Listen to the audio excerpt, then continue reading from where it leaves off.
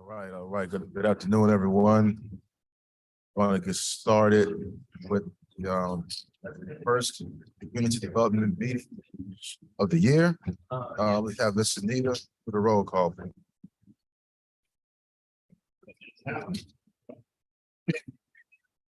Councilmember King, I'm here.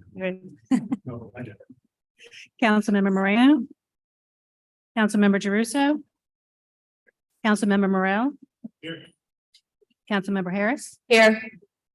We have a quorum. We let the record reflect that both council members Green and Thomas are in attendance. All right. All right, at this time, I'd like to have a motion. I'll make a motion to approve the minutes from last meeting. Have a second, sent by Councilman Harris. All in favor?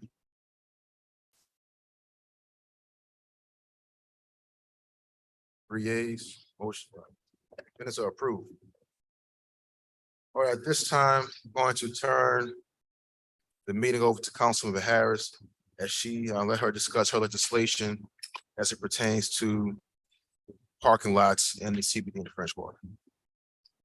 Thank you, Councilmember King. As the media knows and as has been reported in the press, there have been multiple break-ins in parking lots within District B and C, especially surrounding Saints games and Pelicans games and other special events. And so the legislation that I'm introducing, or at least want for consideration, including for public input, is asking CPC to study amendments to the CZO to require additional security, additional lighting, or cameras to be installed in public parking lots to ensure that patrons of those parking lots are secure and that their belongings are secure. I think it's no secret that the reason for these break-ins is because people are looking for guns and those guns get put back into circulation. This is something that I've spoken about with the current superintendent, with my district commanders. And so we need to make sure that people understand that when they come to New Orleans, that they need to be safely securing their guns, whether it's in a lockbox or in their glove compartment that is then locked. Because again, these handguns go back into circulation for tragic shootings like the one that happened at Booker T. Washington just yesterday. But again, this legislation simply requires CPC to study an amendment to the current CZO to see whether or not it is appropriate to implement live parking attendants or some additional security lighting, call box, or security cameras. Again, in the news reports we saw where there was a live attendant who actually flagged down NOPD, and NOPD made an arrest in one of those car break-ins of 3 men, 1 adult, and 2 young men. And so I do think that there is merit in having a live parking attendant at these parking lots, especially during special events when these parking lots are charging so much money to folks to park there. So that's what this legislation does. It simply asks CPC to give us some guidance on whether or not this makes sense. And this is a long-term solution. Councilmember King, I know that you're looking at something that's more immediate in legislation, but this simply asks CPC to study whether or not additional measures in the CZO for parking, especially special event parking, is necessary to ensure the safety of patrons in the city of New Orleans. And I don't think there's anything we can do other than to recommend that it goes before CPC. Anita, you can advise me on the process. Yeah, you can make a motion to recommend approval to present to city council, the full council. All right, so I'm going to make that motion to recommend presentation to the full city council. I guess we see if there's any public comments right now and comments from the dais. We have some public comment. Okay, let's get to it. First comment is from Leo Marsh. Says, please reconsider this ordinance. It's not very progressive to be one of the few places that doesn't allow mechanized parking. This punishes the parking companies for police shortcomings. A parking lot attendant will be a target, not a safeguard. Next comment, Ms. Anita, Yes. are these comments concerning the attendant ordinance or the CCO change? they're just generally to this item. So if you want to, we want to wait until your piece? Yeah, let's wait. Sure. We get them all. And let me, if I can interrupt, I guess it's still under my control. Let me be clear about this. I think that mechanized parking is something that should happen in New Orleans. This is an additional security measure. Whether it's not somebody sitting in a car with, you know, with some lighting, additional lighting, security lighting around, whether or not it's security cameras. Again, this is just the CPC making a study, looking at what other cities do to ensure that there is safe parking in these cities, especially given the amount of break-ins that are happening in New Orleans right now and the amount of illegal guns that are getting back into circulation.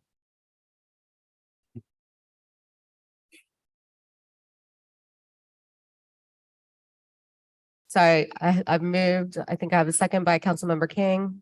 Vote your machines. 3 yeas. This recommends going to the full council for consideration. Thank you, Councilmember Harris. Now we are here at the point of the meeting to discuss the ordinance that will require, or that Councilmember Harris, a quicker solution, as she said earlier, that require live attendance in privately owned parking lots that that operate during special events. Now, over the past couple of weeks, there have been an uptick of car break-ins for those at these special events. And we've getting a lot of emails, a lot of calls from concerned locals and visitors. So my staff and I got together and decided that this is needed. The Sugar Bowl, Saints games, Pelicans games, Mardi Gras, these are just a few things that attracts locals and visitors from all over the country to our city. Unfortunately, it also attracts those looking to break in cars, as mentioned earlier, still guns that are used to terrorize our city. This ordinance promotes safety and security by requiring attendance at certain parking lots during special events, reducing risk of vandalism and theft. The attendance will act as a deterrent against criminal conduct and make regular patrols to address any issues, make those patrols promptly.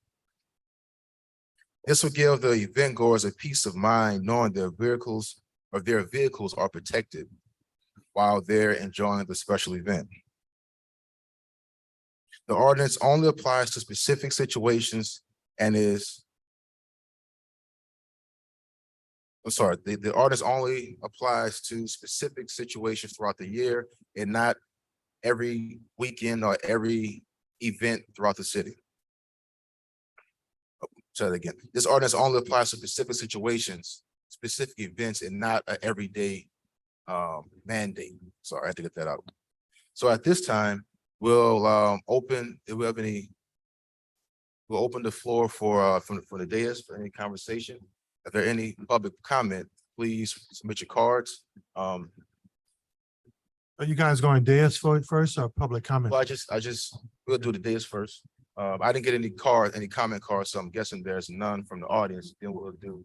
Yeah, well, I mean, first of all, someone who's not on this committee, but this issue is important, who represented the central business in the downtown development area, and who actually hosted a show on parking and its importance and what it does for our culture bears and the entertainers.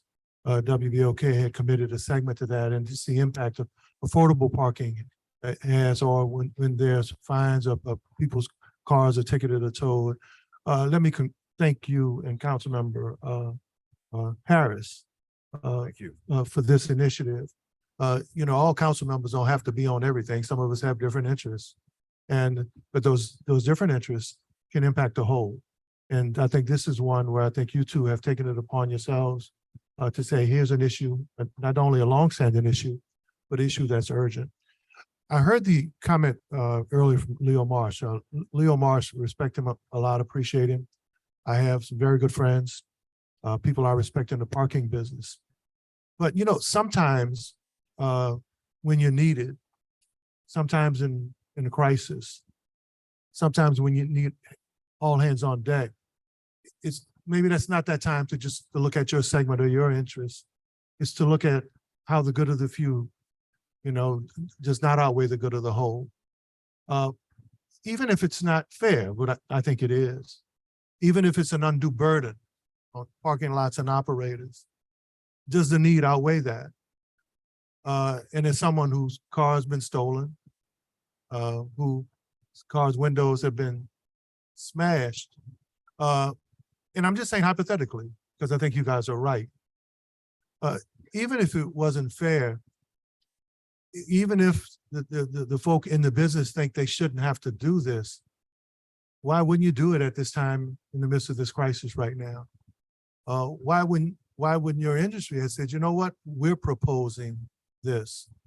And I think this is one of those issues, Council Members Harris and King, and one of those times it's so difficult to get everybody on the same page these days.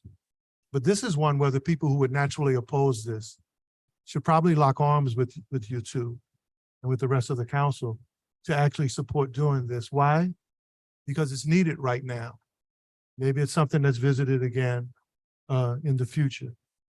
But right now, the industry, the parking lots, the council and the administration can I think all hold hands to offer a solution. So I just, as someone who represents a district, but used to represent that district, I just want to applaud you guys for putting the people first, knowing that there would be opposition, knowing that some business people might even say it's a burden. But how much of a burden is it to save somebody's life? How much of a burden is it to save somebody's property? How much of a burden is it to save somebody's automobile, especially if they can't afford to keep having it replaced? So didn't mean to get in that long of a comment. I got a meeting on criminal justice, kind of behind the scenes stuff we try to do. But thank you. And thank you, Councilmember King and Harris. Councilmember Morrell. I'd also like to thank council members Harris and King for addressing an issue that is pressing right now, addressing it in a way that assists citizens who have spoken out and they would like to see this. As far as my district is concerned, unfortunately, constituents, I can't do too much about the fact that there are break-ins at UNO, break-ins on other public campuses, break-ins on the streets outside of SUNO, break-ins outside of playgrounds, break-ins outside of schools. And in general, I'm just tired of this sort of activity by young people and older who choose to vandalize others' possessions. Looking for a gun, and I'm tired of that too. I'm tired of 60 arrests taking place in the French Quarter over Bayou Classic weekend of people who have guns. What is this issue, this obsession with guns, and you're not even using them to defend yourself. You're using them to be aggressive in the community. And I'm talking to those who are involved with the criminal element, those who are stealing, those who are doing it for no purpose other than to cause mayhem. They're not doing it because they need money for food. They're not doing it because they need money for rent. They're doing it because they are disruptive and they need to stop. I'm sorry that our citizens now in New Orleans are going to have to potentially pay an additional cost, whether it be the business owners themselves or whether it be passed on to business owners, because there are people who simply desire to cause mayhem in our community, and it's got to stop. I certainly hope that our law enforcement community can help, but it's going to take much more than the law enforcement community. Yesterday, I was at the scene of a crime where at 4:30 in the morning, with people inside of a business, a vehicle backed into it so that it came through the business and also allowed them to take the ATM, not worrying about the concerns of those who were in the business, not even caring probably about how much was in the ATM at that time because it had been, much of the cash had been removed.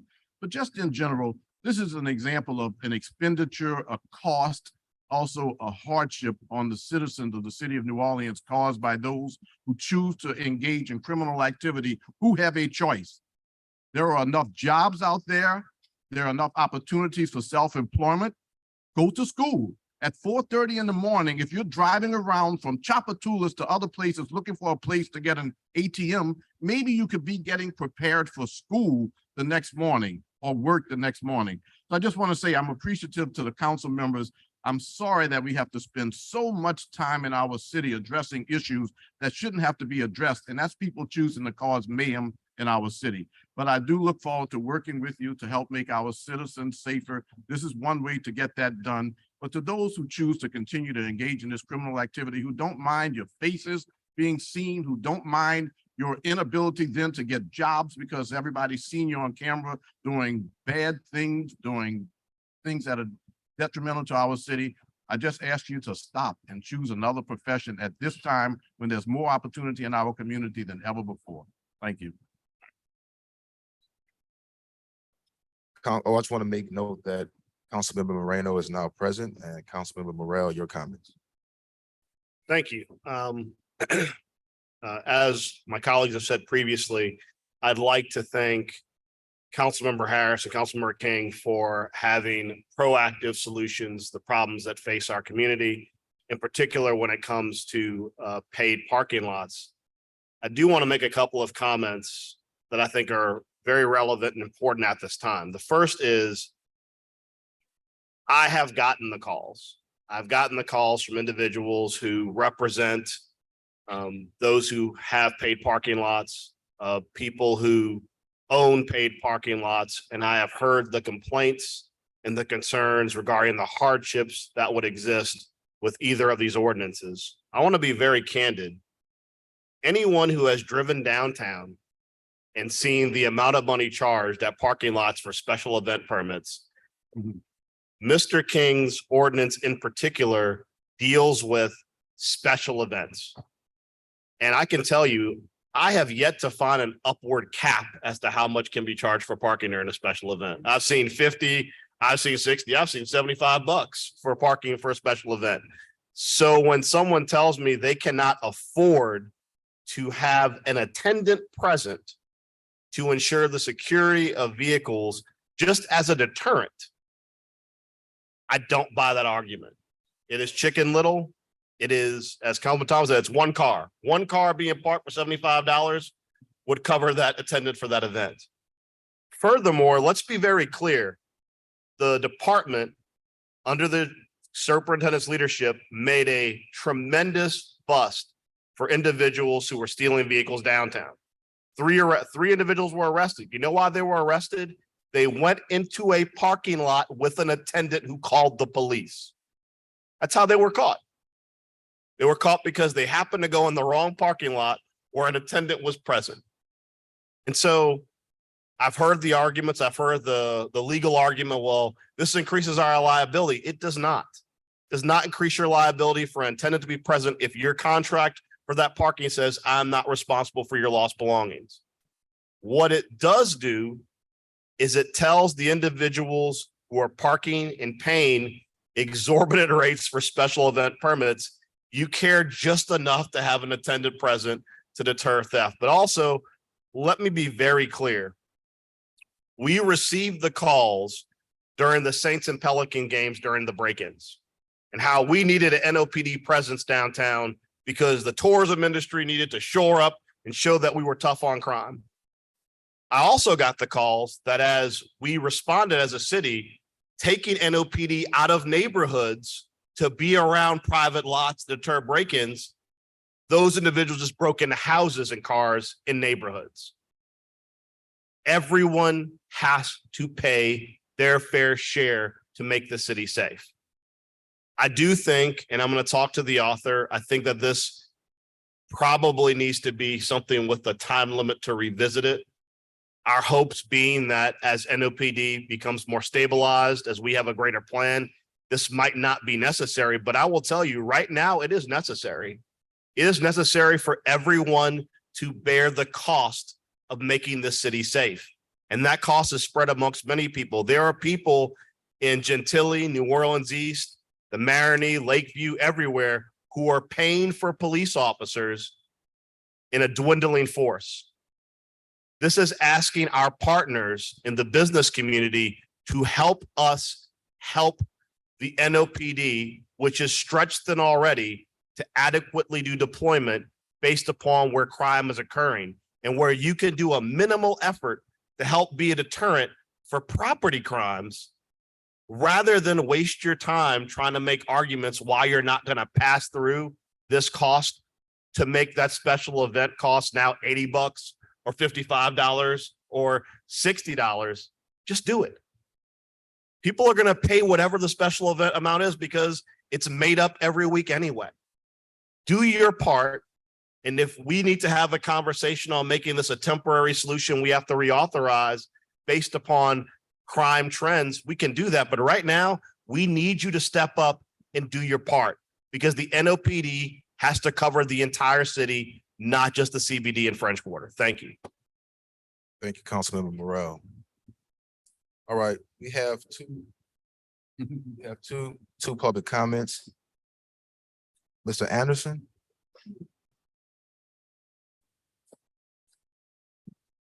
Thank you, Councilman. First of all, I applaud what you're doing. This certainly is a major issue for the city, not just parking operators. And first of all, again, sorry, I'm Herb Anderson. I'm the chairman of Universal Parking, which operates in New Orleans as Go Park.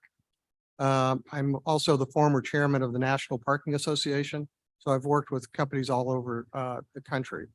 I'll say again, I applaud what you're doing. I just think we need to look at the ramifications of all this. And while cost is certainly something that is a factor, it's not the overriding factor. There are things such as the safety of parking attendants. And we've had parking attendants chased off our lots by people with guns. So I think just by saying having parking attendants on the lots, I think we're putting the parking lot attendants in the line of danger. And that's a serious concern. But I do think studying the issue and coming up with a solution, for instance, we put cameras on all of our facilities and we have security in the bigger facilities where that can cover the cost of that. But we have cameras on all of our facilities because we take this seriously. It's a major issue for the city of New Orleans. And it breaks our heart to see these break-ins that occur because we're doing our best to avoid them. But I think studying the issue and coming up with a short-term and long-term solution is the best in this situation, in my opinion. Thank you very much. Thank you, Mr. Anderson. Next, we have a representative, I can't read the name, from Premium Parking. Hello, my name is Glenn Armentrout, and I represent Premium Parking. I'm the New Orleans president. I submitted public comment.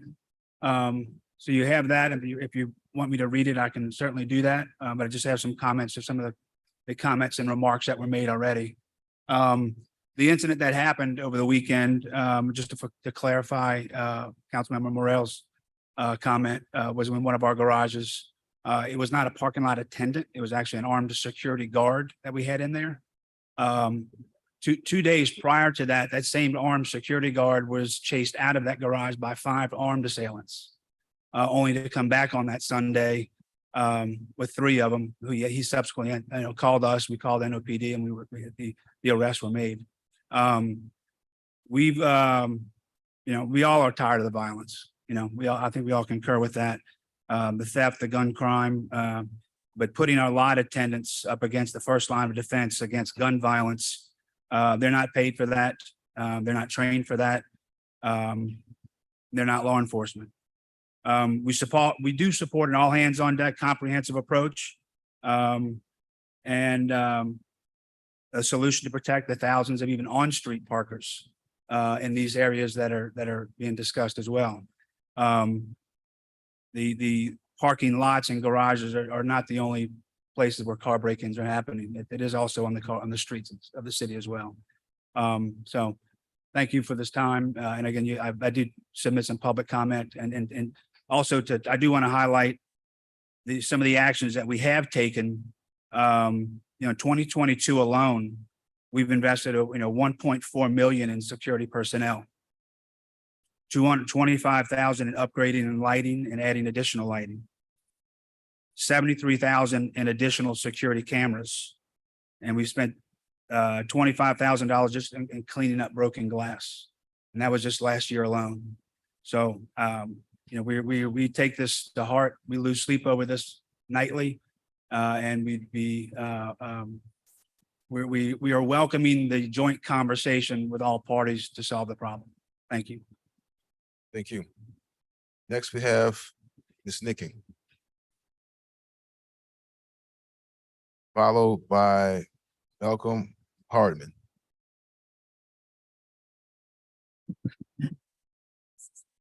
Nikki Savinsky, 1011 St. Philip. Councilman Morrell, you're not going to hear this, but in the French Quarter, we need some attention to parking lots that exist where there used to be houses. Because there are a few in the French Quarter that have no gates. They have no attendants. And if somebody gets in that parking lot, the best case scenario is they just shoot up and leave their needles or use the bathroom. The worst case scenario is they jump into other yards. And once they're in that yard, they go to the next. And then the whole square is exposed to crime and break-ins, etc. I had a homeless person jump my fence the other day. He was crazy. He just thought I needed help. It was fine. But I have a gate that's this tall with brand new spikes on top because we just had it rebuilt. Nothing is working because we don't have lights, we don't have police. If this is an interim measure, it's better than nothing, but something needs to be done. Furthermore, the parking lots that are monitored by cameras, I can tell you almost none of my neighbors who have been robbed, who have cameras, even with high resolution, have caught the perpetrators. They walk like this, they duck their head, they wear baseball caps, they put on hoodies, whatever it takes to hide their face, their facial hair, if applicable. Something's got to change, and until we can get more police, whatever it takes. Thanks. I support it. Thank you. Malcolm?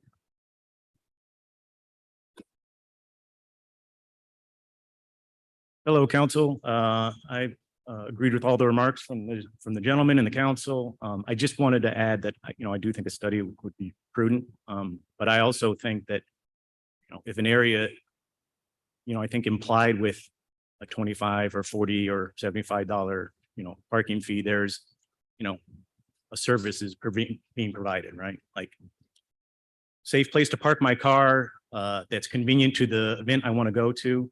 And I think implied in that marquee price is safety, right? Like there's a utility of parking the vehicle, of course, but I think the parentheses around that is a safe place to park your property. We value your property. We value your business. We want you to come back.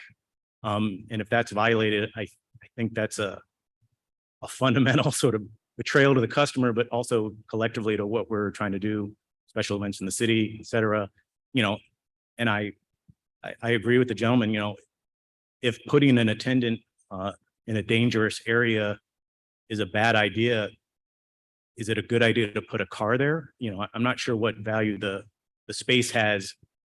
If it's not safe to park your car there, it would be, in my mind, that's a difficult sort of transaction to make in my mind if I'm paying a marquee price and I'm getting an inferior service.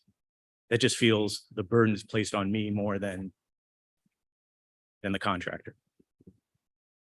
Thank you. I'll leave. Okay. Thank you. Thank you, Mr. Malcolm. Next, we have Mr. Ryan Berger. Followed by Mr. Michael Sherman. Thank you all for affording me the opportunity to speak today. My name is Ryan Berger. Our company owns and or operates 7 parking facilities, mostly in the French Quarter area. There is no question that our city faces a crisis of crime, and that manifests itself in various criminal activities. And I very much applaud the council for exploring creative solutions to address these various activities, including what we are gathered today to discuss, which is vehicle break-ins. However, the solution under the ordinance that is being considered is both untenable, and the onus for providing that solution is unfortunately misallocated to individual property owners. Just as we cannot expect our every private business in town to provide its own security presence, or every homeowner to stand guard over their individual driveway. Parking lot owners should not be expected to cure a systemic and societal issue of crime, or if this specific crime. The vast majority of vehicle break-ins in this city occur in public parking spaces on our city streets. And I just wonder, is the city going to have the same obligation under this ordinance to provide attendant presence as the individual parking lot owners will have? Furthermore, as has been the concern that has been raised by Mr. Anderson and Mr. Ermentrout, I implore you to consider the danger you're asking parking lot owners to potentially place their employees in. A parking lot attendant with no security training being tasked with somehow preventing or stepping into the middle of a crime creates an incredibly dangerous situation that could have disastrous consequences. Again, I applaud the council for attempting to address the issue and for exploring creative solutions. I look forward to exploring collaborative ideas regarding lighting, cameras, communication with police, and other initiatives. And I do vociferously support the study of addressing this issue. But the ordinance, I do unfortunately need to oppose. Thank you very much. Thank you, Mr. Sherman, and followed by our last, after Mr. Sherman, be Mr. Christopher Williams, Christopher Lawrence, who's our last public call for today. What is comment? What is discussion? Councilmember King, Mike Sherman, 800 Barone Street, here today on behalf of Park First and Badine Land Limited. First, thank you for focusing a spotlight on this critical issue. This is a really important issue, and we appreciate your attention, Councilmember Harris, and the entire council on this. We've got to figure out some short-term solutions as we strive to a safer city, which is a longer-term solution. It is difficult to fulfill one of the city's most basic responsibilities of public safety when we have an insufficiently staffed NOPD. And at the root of this ordinance that I heard from several council members is trying to find stopgaps in light of an insufficiently staffed NOPD, who are doing a great job with very limited forces. We want to share a few thoughts. Badine Land Limited staffs its parking lot nearly around the clock. We clocked 30 incidents in 60 days just a couple months ago. Met with one of the parking lot security personnel before this meeting, who said we have such a difficult challenge that when I approach someone, they just don't care. What is it you're asking me to do? Shoot someone when they're breaking into a car?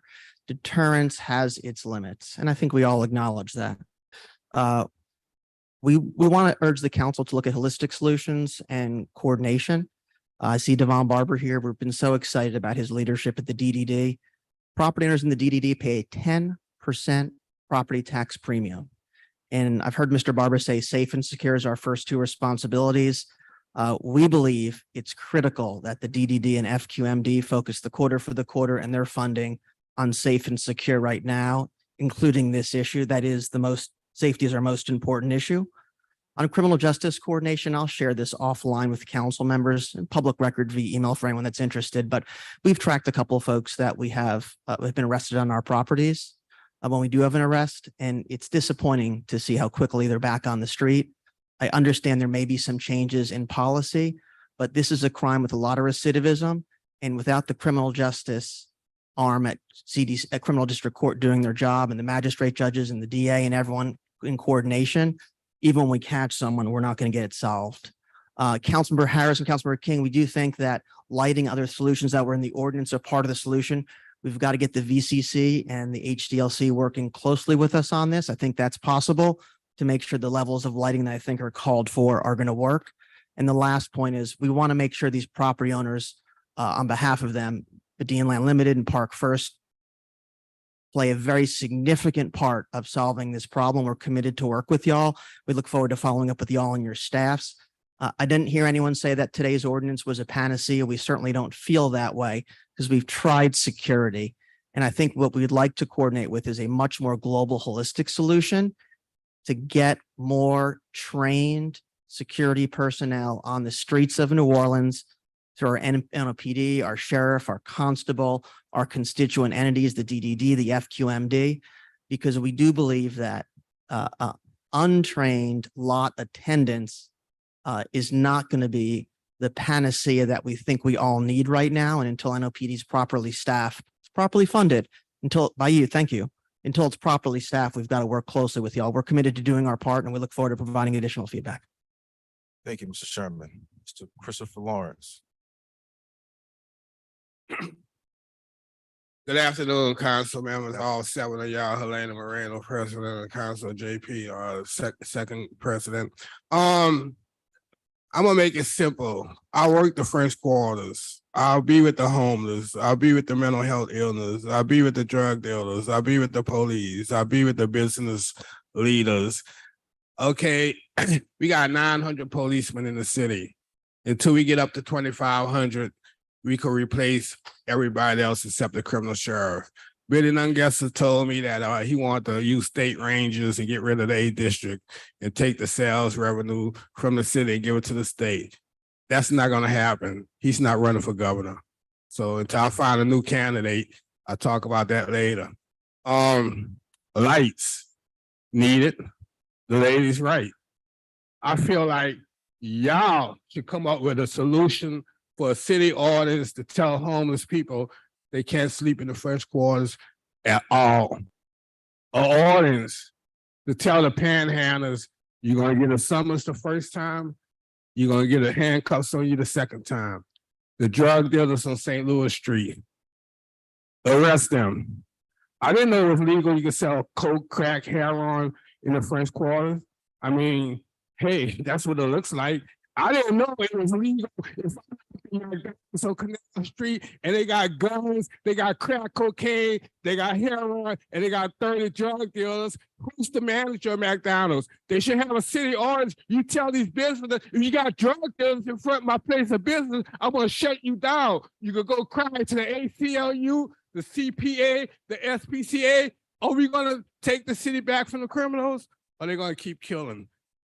Bank Street, 3 guys sitting in the car, one with a ski mask. Okay, they treat killers. So God them like ugly. It's a cycle. They got killed because they was about to rob a big drug dealer house on Bank Street. I know everything about criminals, drug dealers. Let's make a story short about the quarters. Okay, Mr. Lawrence, if you could begin to wrap up, please. I'm finished. Michelle Woolfolk, I'm gonna give her the benefit of the doubt. I'm gonna give her all the information about crime in the city, and she's gonna get the consent decree off. And when it's time for y'all to choose the next police superintendent, my organization gonna back her. And if I feel like she's qualified, she's gonna be police superintendent as long as she wants. Ain't none of y'all gonna stop me. This is the next mayor, Helena Moreno. Let's not get it twisted. I already endorsed her. She's gonna win. I need to find a governor. Joe Biden getting reelected. Mr. Lawrence. My era is 2028. I'm not running for nothing but dog catch other criminals. Thank you, Mr. Lawrence. All right. Councilmember Sunita. King, we had the 2 Yes, online. please. I'll reread. Mr. Marsh is for the record. Leo Marsh says, please reconsider this ordinance. It's not very progressive to be one of the few places that doesn't allow mechanized parking. This punishes the parking companies for police shortcomings. A parking lot attendant will be a target, not a safeguard. The next comment is from Jim Cook, who says, Mr. Chair, members of the Community Development Committee, I applaud your efforts to increase the safety of our residents, our workers, and our visitors. This proposed ordinance raises several questions for me. Before moving to legislative action, please exhaust all cooperative means of solution identification that include both public and private sector stakeholders.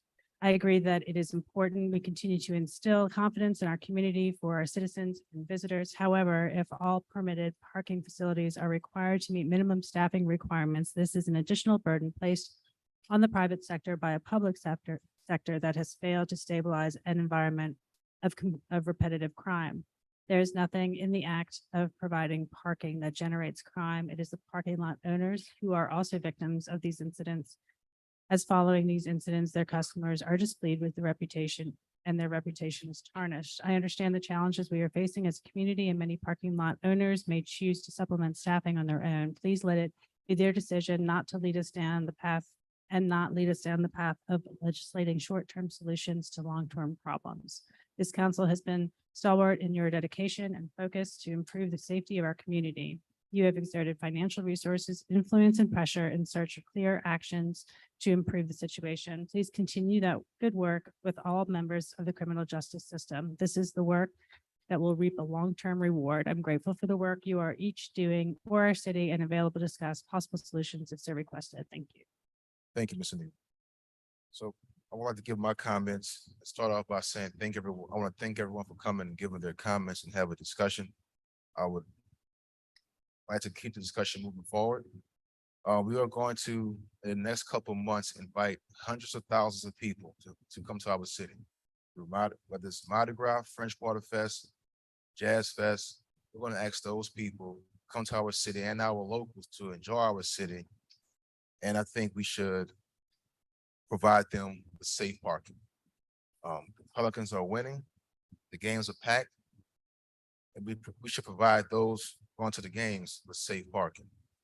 I don't believe that this problem is all NOPD's problem. We do have a problem. Councilmember Moreno stated last week, we have a crisis. We are in a crisis mode right now with our crime. It's not an attack on the parking lot owners. I understand you have a job, you have a business. I, for one, don't want to give any extra undue burdens on that business or you as a business owner. My number one goal, number one job in creating this ordinance and everything I do as a council member is to protect the citizens of the city. Is to protect the visitors of the city and their property. I'm gonna give you the scenario. Go to a Saints game or a Pelicans game or any special event with your family. You just paid a couple hundred. I'll give you a real life scenario, not a hypothetical. I brought my family to see a play at the Singer Theater. Paid top dollar for the tickets. Paid top dollar for the concessions. And paid top dollar for the souvenirs for my kids. You go to the play for a couple hours, take your mind off of the ills of the world, the hustle and bustle. That's the real life scenario. That really happens. Now, the what if is after spending all that money, we come out to a broken car window with kids ready to go home and a wife ready to go home. And now you got to deal with the reality of the broken car window, or even worse, your car is stolen. That's what our people face every day. So we want to prevent that. Go to a Saints game for a few hours to take your mind off of what's happening every day and come outside, see your car broken into or stolen after paying top dollar for parking. It's very disheartening. Miss Lena, I know she's listening, had to pay $30.09 for 1 hour of parking.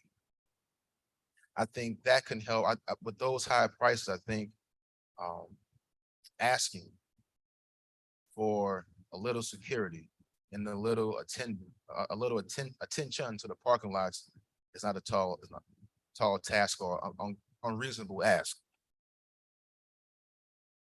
I understand this may increase the cost of parking. That cost may be passed along to the consumer, but ask yourself, how much is it to replace, what's the cost to replace a window or windows or a vehicle or a life? I look at Whole Foods on Broad. All right, that Whole Food has a armed security officer usually a sheriff's deputy in the parking lot. I rarely hear about car break-ins because there is a deterrent to that activity and being that sheriff's deputy with the flashing lights. This ordinance is not requiring you to get higher security, armed security. It's not requiring you to get armed security, I'm sorry, but it's just asking you to have a presence in the parking lot. It was stated earlier that one of the attendants was ran off by about 5 people. Well, that attendant that was there is now able to call the police and say, hey, there are armed people walking around the parking lot. I look at parking lots that have valet parking. Those typically don't get burglarized because the valet parking is always moving the vehicles. They're always around. So again, this is not to attack those in the parking industry. This is simply to help provide a solution to a problem that we're all facing. That problem is the increased break-ins in the vehicles in this city during special events.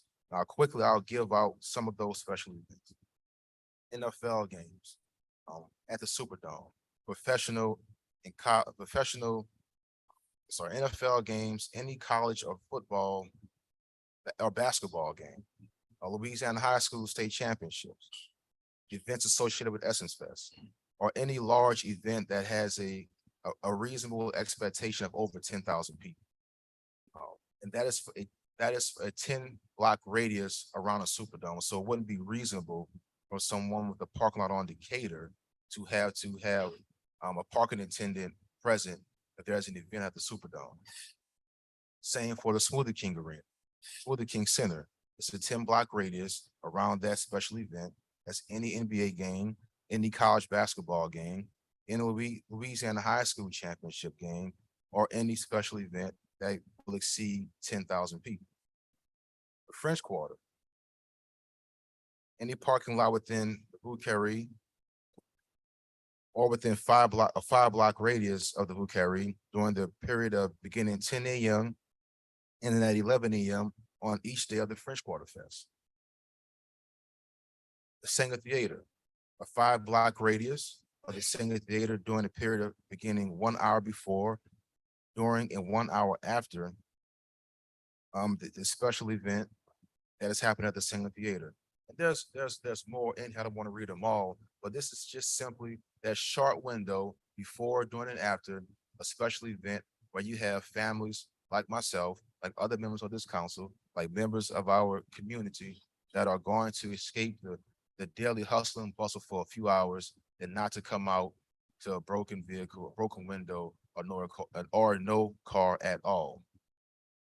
So that's the end of my comments. We're going to have comments from Ms. Morgan Clevenger, and then we'll call vote. Ms. Morgan Clevenger.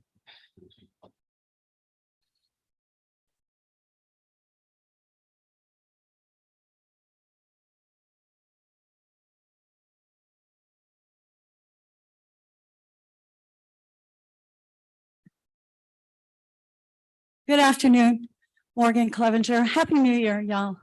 I wish we had some better news for how we're starting this year. I applaud you, Councilmember King, for doing this because what happened over the weekend, we had heard that 1st District and 6th District officers were being pulled to patrol those lots downtown, right? And Sunday night, in the 1st District, we had multiple car break-ins. Various streets in our neighborhood, a whole list of streets in Mid-City, Mid-7th Ward. And it was really something. Monday morning, they were pouring it. So we know with the NOPD and the position that it's in, that the resources are small. And of course, private lots, their operators and owners should be required to provide on-site security so that we are not using city resources that we desperately need elsewhere to make sure all of our residents are safe. Yes, nobody wants their car broken into. Yes, we want to make sure our tourists and visitors are safe, but our residents have to be safe too. And so many of our folks have had multiple car break-ins. So every month they're trying to pay for these replacements and it's becoming untenable to live like this. So we do support this, but I would like to address a deeper thing. We know I serve on the Police Community Advisory Board for District 1. And we know from meeting with the community and the NOPD that the root cause of these break-ins has a predominance of looking for weapons. That's a fact. And we've understood that multiple cars will be broken into just to find one weapon. And so we know that we must address this. And we have been pushing in the police community, PCAB community, but also with the mayor, with you guys. We'd love to see the city rally around an effort for a public safety campaign, a public education campaign, and even legislation that would require gun safety. So we want people to stop leaving their guns in the vehicles because this is contributing not only to the car break-ins, but that circular scenario where we're having crimes committed off that weapon. So obviously, we also need to address the systemic root causes of crime, but for this one thing, we're really asking you guys to get behind this because we all do need to work together to make the difference. Thank you so much. Thank you. And Mr. Anderson, Mr. Berger, Mr. Sherman, definitely like to sit down with you all. And just have some further conversation about this. Absolutely. That's what we're here to do, have civil conversations. Look forward to that. So at this time, I'm gonna make a motion to approve this ordinance and have it.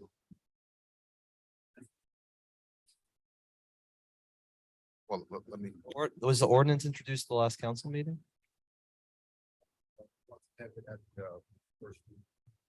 Can't vote on it then. I mean, can't vote. Am I wrong? Yeah, we can't vote on it. No, I believe you can vote and recommend to full council. It doesn't need to be introduced ahead of time. Say that again. Say that again. All right. So that's what I wanted to vote to recommend to the full council. Okay. Yeah. So we have 5 yeas and no nays. The vote was approved to recommend the ordinance to the full council. Thank you. All right, that's it for the parking lot discussion. The next agenda would be next agenda item would be something that is probably second in importance to crime in the city, which is that of trash and trash collection. So we've asked Mr. Thank you all for coming. We've asked Mr. Richards, Alvin Richards of Richards Disposal to be present. He's here along with his legal representation.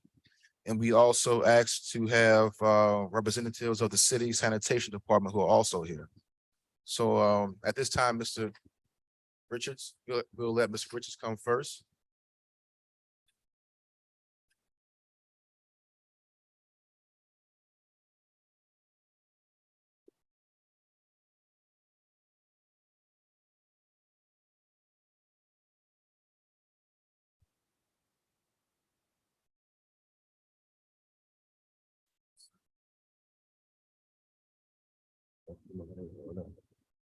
I didn't do that.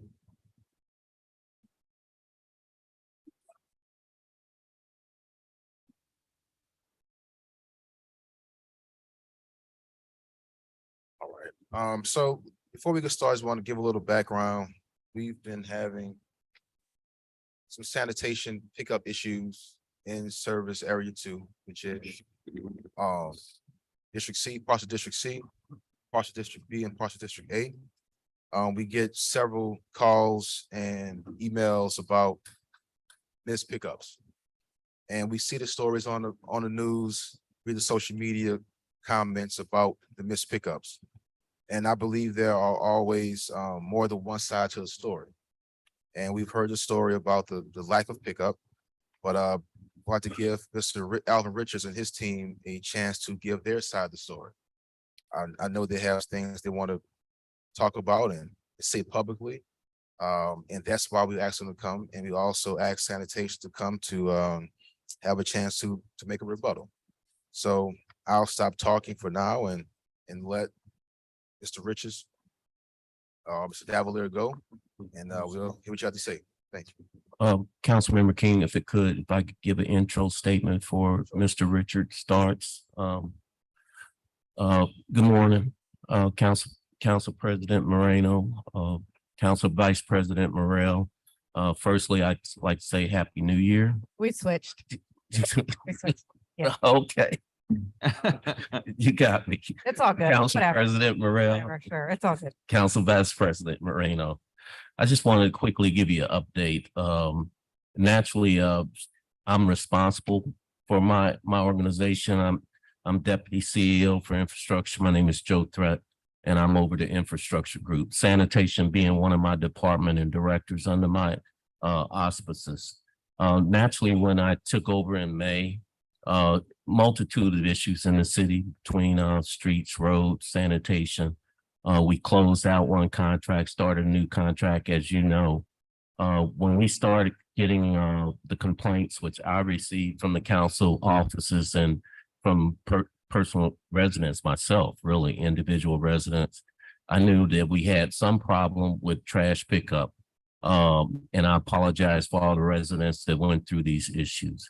On the 16th of December, I issued a cure notice, which is a letter to the vendor on contract saying you have 30 days to really provide a cure to the unpicked up trash in the city and come back with a get well plan on how you could correct the deficiencies and bring the performance in the service areas 1 and 4 back up to the standards of the contract.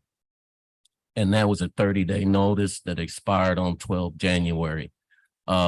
Soon after that, receiving a bunch of probably complaints from the residents that I forwarded over to Mr. Richard and the council, I wanted to give them an opportunity to come in to the office, sit down with the administration, with myself, and give their side of the story for why they were having difficulties with performance.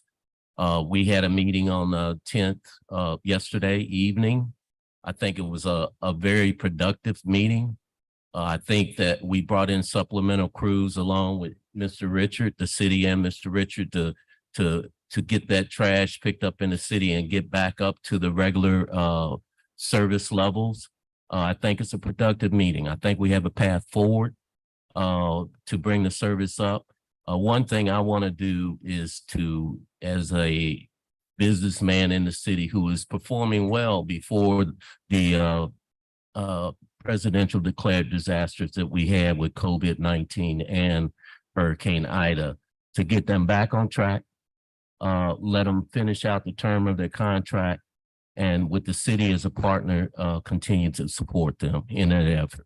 And I think we have an agreement on our path forward. We haven't worked out all the details at this point, but at that point, I want to turn it over to Mr. Richards and his staff to brief on his situation. Thank you, Mr. Threat. Good evening, Council. I'm Alvin Richard. I'm the owner of Richards Disposal. I've been working for the city of New Orleans Excuse me, for Mr. Richards, it's the last 44 Richards, years. it's a bit difficult. Can you hear me? Get a little closer. Thank you. How about that? Hear me? Better. Yeah, I'm Alvin Richard. I've been working in the sanitation business for the last 44 years. The majority of those years has been working for the city of New Orleans. We have had ups and downs over all the years that's working for the city to do things. Recently, we had the problems of labor, that we had issues that was going on that was beyond our control. At this time, most of it has been remedied. We had good meetings yesterday with the city. We come to some conclusion on what we need to do and how we need to do it. And as of this week, we should be pretty close to being back on schedule. As to let you know, Sunday passed, I worked 500 man hours with outside crews and our crews from the city of New Orleans to clean up mostly of the backlog. Most of the backlog has been completed. We on schedule this week with possibly finishing up today with being on schedule. By the weekend, we're looking to be pretty close to having the city back to normal. Yeah, and thank you, Mr. Richard. I'm Daniel Davalier. Good afternoon, council members. Happy New Year to all of you. Council President Morrell, good to see you. I want to give you guys a little bit of context. I mean, obviously, you're aware of the issues because you get the complaints, but you're not necessarily aware of all the background and what led to this point. Mr. Richard explained that he's been in the business over 40 years. He's been servicing Richards Disposal, has been a prime contractor for New Orleans since 2007. He's got an excellent performance track record as a professional, competent company that has done a great job. The University of New Orleans did a citizen satisfaction survey from 2010 to 2020 over that 10-year period, and garbage collection sanitation services were one of the highest ranked city services in terms of satisfaction. For that 10-year period, 80% of the residents rated that service as good or very good. So we're not talking about a company that is unwilling or unable to perform. There were some issues initially with the pandemic. Mr. Threat pointed that out. More recently, and this is not necessarily intuitive, but there were some labor disruptions that destabilized the local labor market as a direct result of the city hiring 2 new contractors that are paid dramatically higher rates than Richards Disposal is. In 2017, Richards Disposal participated in a low bid contract. They are paid $13.75 a month for each location that they service. That's for both garbage collection and recycling. They service, I want to give you some perspective on these numbers. I see the number of complaints has gone up from a few hundred to over 3,000, and that's an increase that's not satisfactory to the company. But I do want you to put those numbers into the proper context. Richards in Service Area 1 services 74,000 locations. Those are all small commercial and residential locations. Apartments that are 4 units or less are eligible under the contract for service paid by the city. So 74,000 homes get once a week garbage collection, and most of them opt for once a week recycling collection.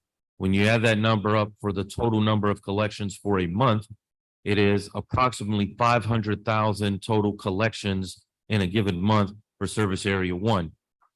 So while the number 3,000 or 3,600 may sound like a lot in terms of complaints, it represents less than 1% of the total number of collections performed in a given month by Richards Disposal. That's not to minimize the impact of someone who has a missed garbage collection, because we don't want that. We want to get back to the track record of performance. Now, how did the new contracts disrupt the local labor market? When those companies are paid $23 a location in one instance, and I believe $28 a location in the other instance, obviously, from an economic standpoint, they're in a position to pay more money to the employees. They didn't come to town with their own employees already in tow. Rather, they hired local employees. Some of those employees worked for Richards Disposal. They've worked for Richards Disposal for many years, but left because they were able to get higher wages from the new companies that were making double what Richards gets paid from the city.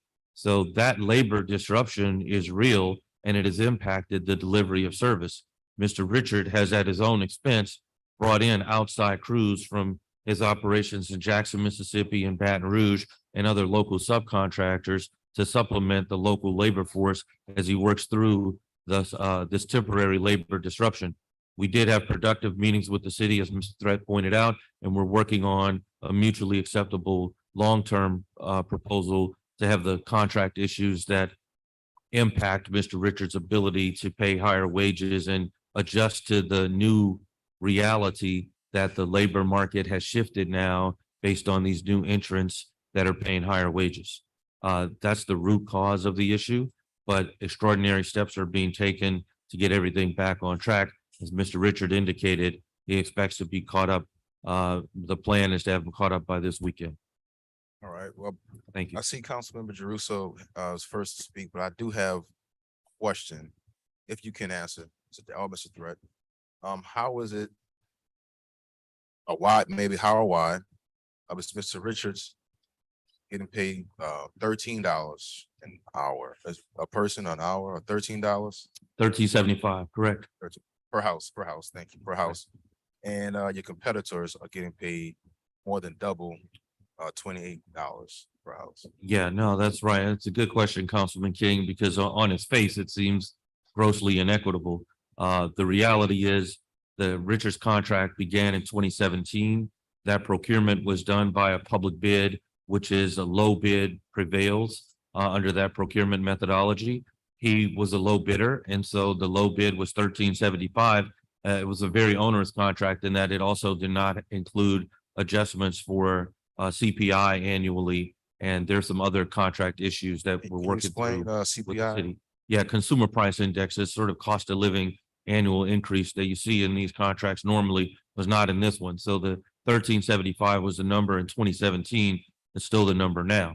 And the recent procurement was done via a request for proposals. So it's not a low bid. The city has more flexibility in determining the vendor that they want to select, and they can negotiate a price. Current market conditions obviously have shifted, and the current price is much higher than it was in 2017.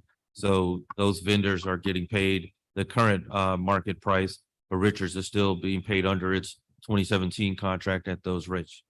And you know, council member, that's something that's going to affect us across all our contracts. I know in federal contracting, when they put the bids out, they give you an option to provide annual escalation rates, which council talked about the CPI rates, where you put in the bid and then show your rates, what they would be escalated every year of the contract. In this case, it didn't happen. It's the same issue I'm dealing with on a lot of my construction contracts right now. So it's something that maybe with the council, we can take a look at to put some of the language in the contracts to provide escalation over the years of the contract. But unfortunately, with a 2017 bid, we were stuck at those rates that they're talking about. All right. Thank you. Councilmember Druso. Yeah, I gotta say, my patience is pretty worn thin right now. And you know, I've gotten a million complaints for a long time. This hasn't been the last. A million, 2 weeks. Councilman Jerusalem? I mean, I've got Mr. Be Davalier. some out of town complaints. Well, all right, so let me read the numbers then, Mr. Davalier. Sure.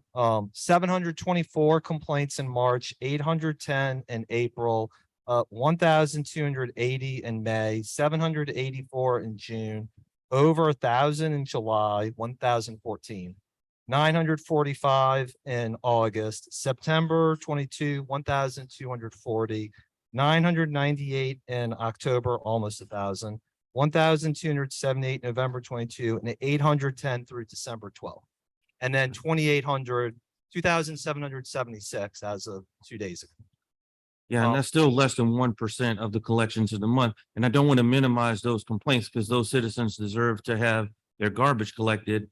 But when you say the numbers as though it's some exorbitant amount, it has to be viewed in the context of the total number of collections. Less than 1% is not an unreasonable performance. I suggest you check with other cities and look at what their sanitation vendors' compliance rates are. I know of some in Florida that had consistently 10% miscollections and complaints, just 10 times worse than the numbers you're talking, more than 10 times worse.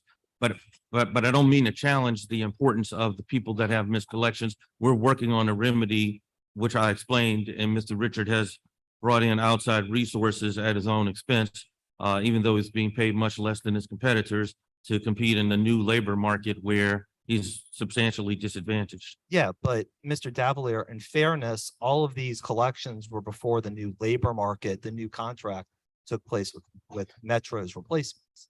No, that's not true because the pandemic shifted the labor market initially. So that started in 2020 and he's been working through that and it largely been stabilized. I mean, there are some number of miscollections that are normal under the normal operations and you're never going to have 100% with no miscollections. So we have to be reasonable in our expectations. 745 complaints per month is a normal number? Yes, so that would be 745 is what percentage of 500,000?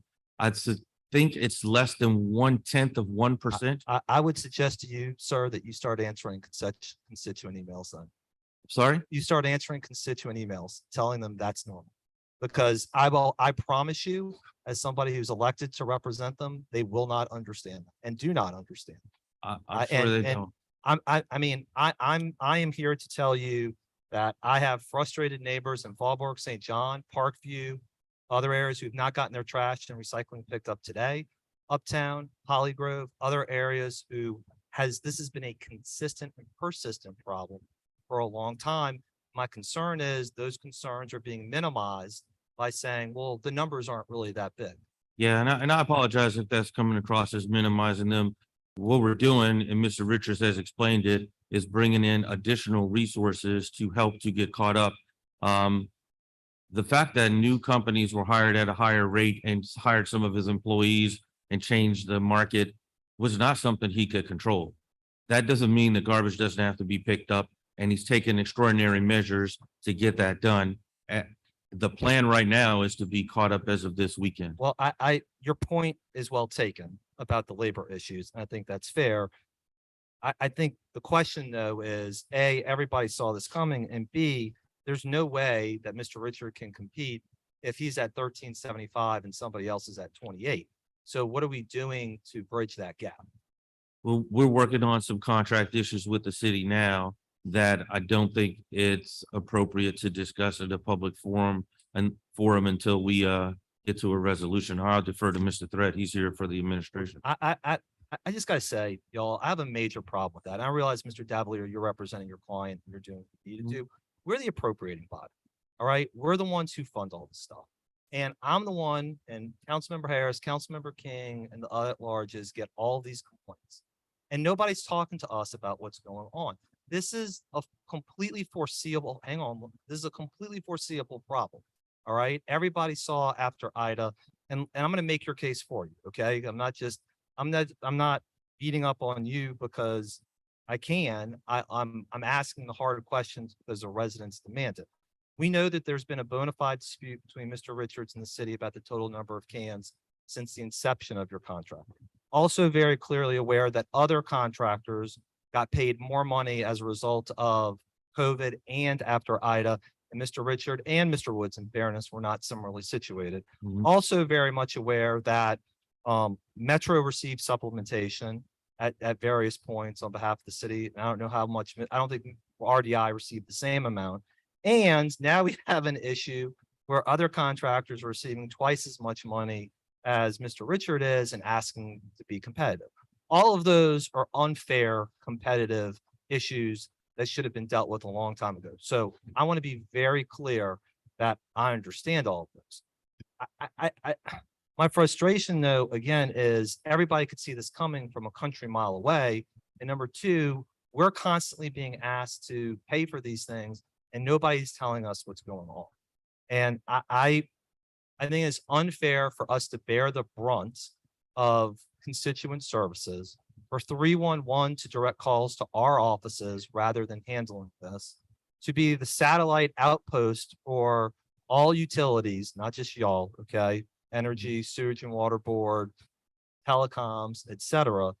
And we're not being told what's happening. I mean, and on top of that, there's been just a bad explanation about how much money is being collected. And now, Mr. Davalier, as you point out, all the rising costs.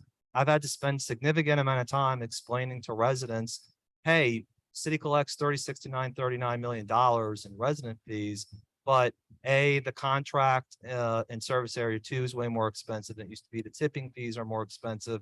Picking up tires and other things are more expensive.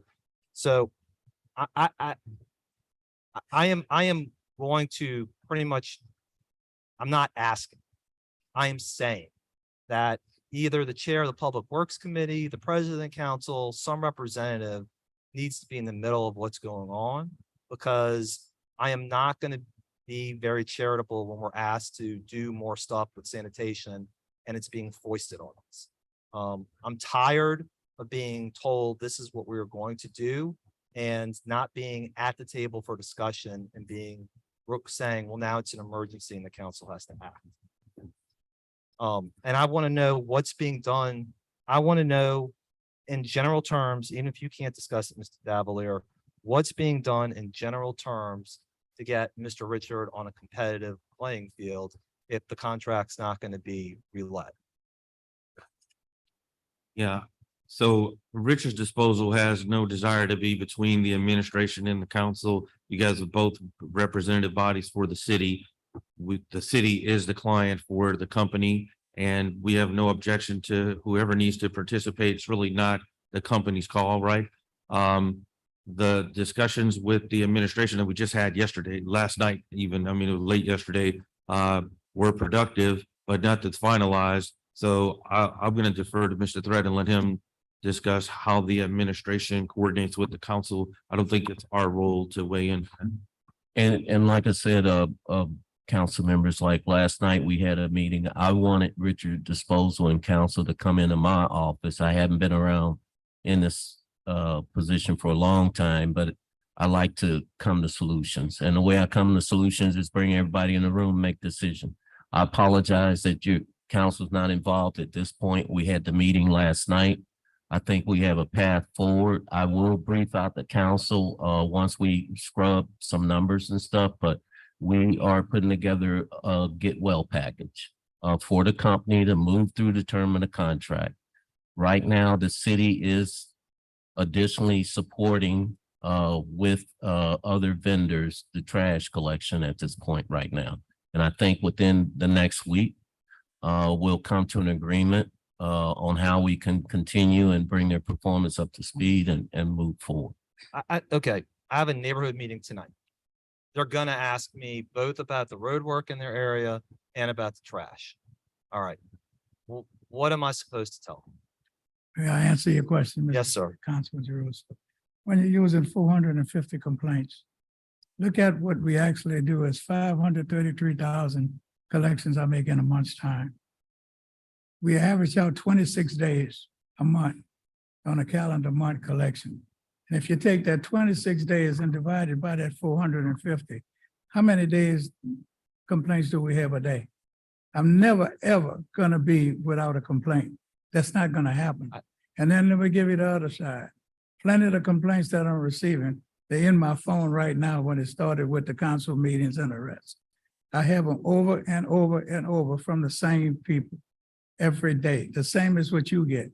I get all of yours, and I've been getting yours since you've been on the council, so we know each other well.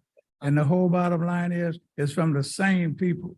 Now, some of it, could it be that they're putting the garbage out late? Could it be when you see that picture that we send you back, that there's only one can in the middle of the street, but the whole block is collected, but that one stop?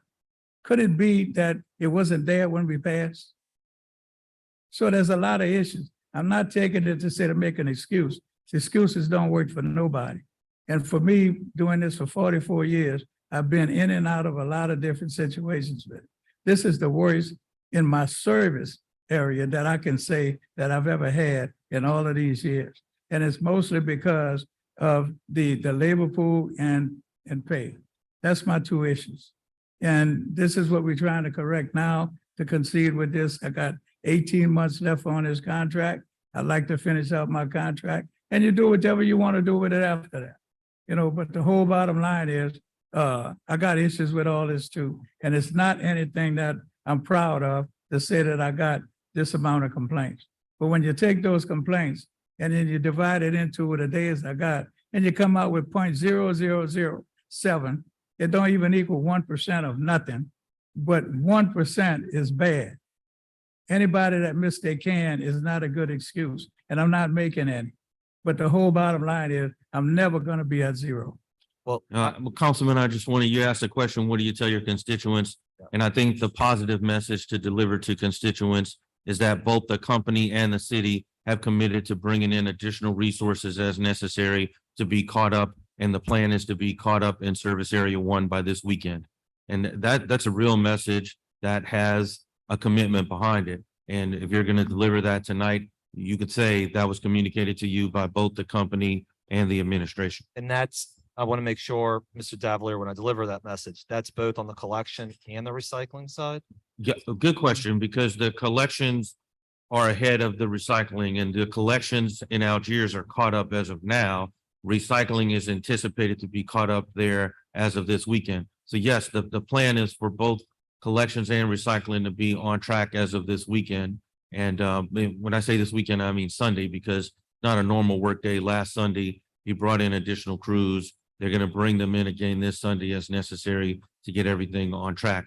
And that's the message to constituents. You might also let them know that there are some labor issues, labor shortage issues, just like we heard earlier, that affect the NOPD and other city departments, it affects sanitation as well. And we're working through it and bringing additional resources to get the citizens the service that they want, need, desire, and deserve. And that and just because we get them, recycling also means Christmas trees. And let me add one thing to Christmas it. trees, too. you want to address that? Christmas tree is thrown on the 12th. Christmas tree has been coming out since the 9th, but we will have the Christmas trees up. And this to add to it too, since yesterday I started, I'm paying all my people double pay, seeing if that's an incentive to get them to collect and stay working. And that's what I did Sunday with the 500 hours. I paid everybody double time to work. So I told these guys, why should I pay these outside vendors and all of our people and you that come in on Sundays, pay you double time when I can pay this to you and see if I can do this better? I will pay you double time until we on schedule. Now, that's a work in progress. But the whole thing is, you're asking where I'm getting the money. Alvin Richards giving them the money because Alvin Richard is not making it. But because I want to honor my contract and do what I said I was going to do. And so this becomes an individual thing and it's on me to make it right. And I will. Yeah, I guess I want to make clear, I understand, I think we all do, that if somebody can get their can at $28 and you're at 14, you're half the price, then you're at a competitive disadvantage. I think my issue is more fundamental than that, which is that everybody saw this coming. And it seems like we got to an emergency point before we got it resolved, number one. Well, I don't think that we all saw the new companies coming in, hiring the employees from Richards coming. Maybe you saw it. I was not anticipating that. I then thought Waste Pro's a national company. I was somewhat surprised that they didn't have any employees on this contract and needed to hire some from Richards. And obviously we could have anticipated they could afford to pay more, to your point. that But they're I think that's getting my point, Mr. Davalier, which is just like, if you're paying more per can, I mean, literally, if you have 100% difference in what's going to happen, then that's more profit for the other companies, which puts Mr. Richard at a competitive disadvantage. Okay. That's the point I'm trying to. No, I understand that. And so because that happened and we reached a tipping point over the holidays, then we're playing catch up rather than I want to be proactive rather than reactive, I guess is what I'm saying. I also think the city has an obligation to treat its vendors fairly too, particularly somebody who's been delivering service for so long. Same time, we've got to get services delivered to people as well. Yeah. The last, again, point I will make is, as the appropriating body, we need to be in the loop. And I want to make sure that, because we keep on hearing construction costs are going up, personnel costs are going up, labor costs are going up on all sorts of things, that it seems like we get to the finish line and then the council is being told. And we need to be part of the conversation and know where things are headed earlier in order to make sure that we can go to our constituents as quickly as possible and say, this is what's happening. Because Mr. Davalier, it helps me a whole lot to be able to go look at them and say, we were told today in a committee meeting that your trash should be picked up at some point this week and your recycling should be picked up by Sunday, and the Christmas trees will start no later than the 12th and continue thereafter. And that's the type of stuff that we just need to be able to know. Right. be able to tell Yeah, them. Councilmember Jewett. So yesterday our meeting, productive as it was, the chief financial officer was there, city attorney was there, CEO was there, myself. I think we've got a good path forward. We've got some numbers we've got to crunch. And then we're going to come back and probably at the first of the week, I don't want to talk for my boss, the CEO. We'll fully brief you up on where we are. Real quick, if I may interject. Who was at the meeting, Mr. Greg? It was city attorney, chief administrative officer, myself, the representatives from Richards Disposal, and Well, I think it's a bit problematic. It was touched before that no one from the council's office was there. no, but we haven't made any decisions at all. We just had, what we did was address the immediate need, and then immediate crisis is to pick up the trash that's out there right now and get back on regular schedule. So I think our first commitment was the city was going to supplement Richards Disposal. They were gonna bring in more crews to get to that level, and Right, then I- we'll move I to the understand. next one. Who called this meeting yesterday? I called the meeting. I just think,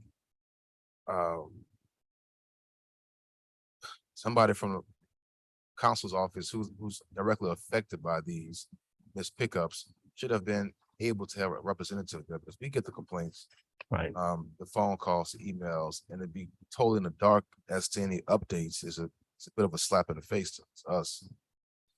I understand. I mean, the letter I sent out, the cure letter and the responses back to council, I think I forwarded all of those emails back to, I think I sent them to you, Councilmember Jeruso, about the meeting on the 10th.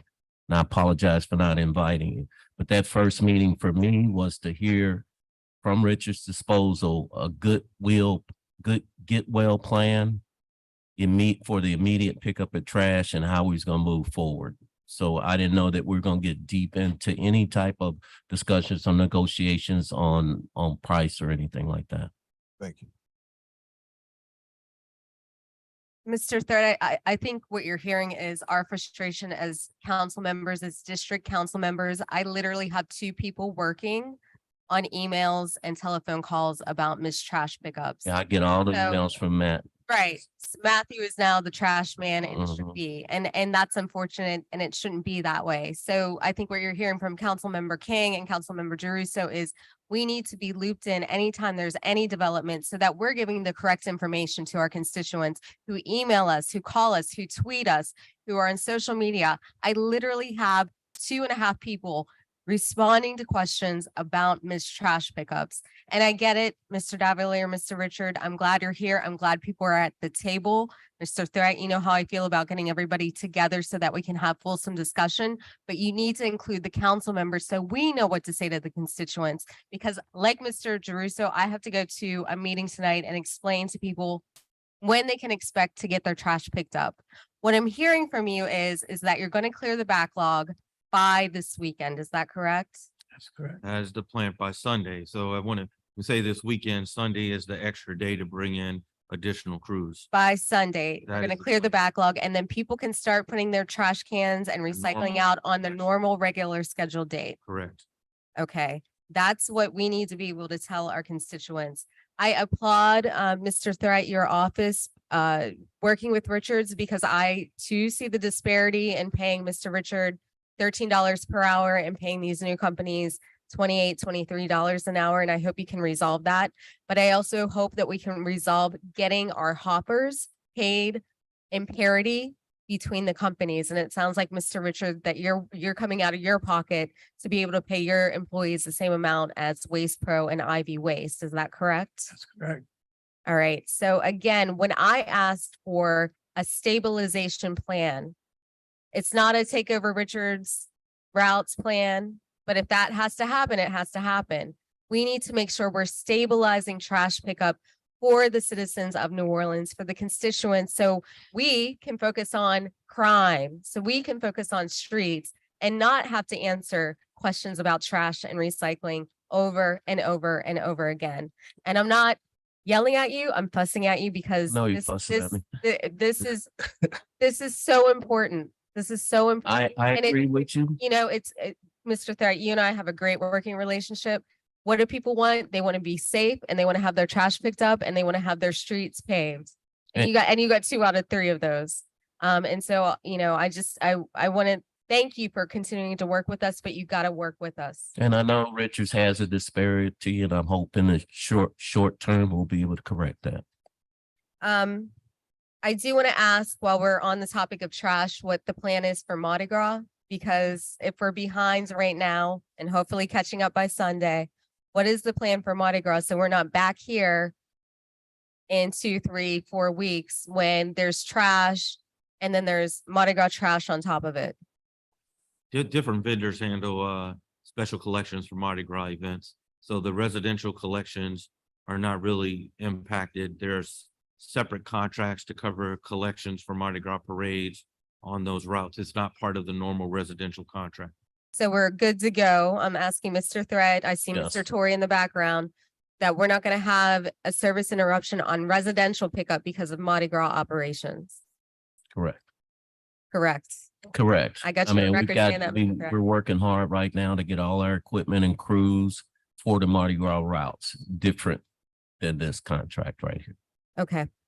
I think that's all the questions I have. I had 3 pages, but I feel like I'm happy that you all are trying to work together to come to some parity with the other companies so that we can do what is most important, which is just to ensure that we have proper regular trash pickup for our citizens, not only trash pickup, but recycling, because people also rely on recycling in the service area. So thank you Yes, for it's coming. very important to us for the infrastructure group and sanitation, and it's important that we do the right thing as it regards to Richard's disposal. All right, so I look forward to a resolution. And listen, I'm not kidding. If I need additional staffing from Mr. Torrey's department to start answering calls, I'm gonna ask for that, because I can't have 2 people taken out of circulation to answer emails and trash pickup questions when that's the job of Department of I Sanitation. understand.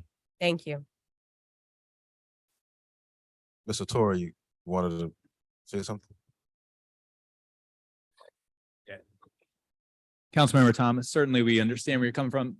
You know as well, we have Harris. 6 people in the administrative department of sanitation. That's 311's responsibility. So I hear your frustration. I just want to make sure I clarify where that need is coming from. Certainly not coming from the 6 administrative people that administer all of the sanitation responsibilities for the city of New Orleans. All right, I have a question.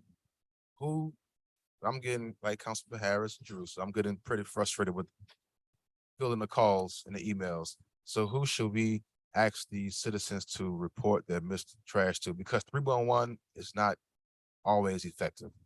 I could take so many phone calls and emails about trash. Who should we have them call or email? They'll come to us. They'll come to us. They'll come to Matt Torrey. I think Matt Torrey is the biggest trash talker in the city. So I'd have refer. everybody email Mr. Torrey.